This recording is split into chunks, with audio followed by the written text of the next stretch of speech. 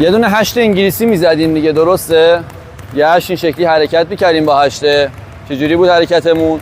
اصلا برای مثال من الان از سمت راست مانع راست 2 توپ حرکت میکردم، بینشون عبور میکردم، دوباره میومدم برمیگشتم عقب میرسیدم سر خونه راستا. خب حالا ما این دفعه میخوایم همین کار رو به حلقه ها انجام بدیم. چجوریه؟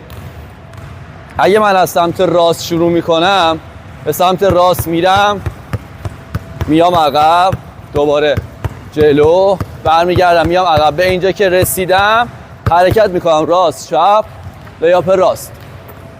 حالا یه بار راست رو رفتم، حالا میرم از چپ، یعنی از اینجا الان از چپ شروع میکنم، چپ رو میرم جلو، میام عقب، دوباره همون 8 انگلیسی رو درست میکنم، به اینجا که رسیدم چپ راست لیاپ چپ.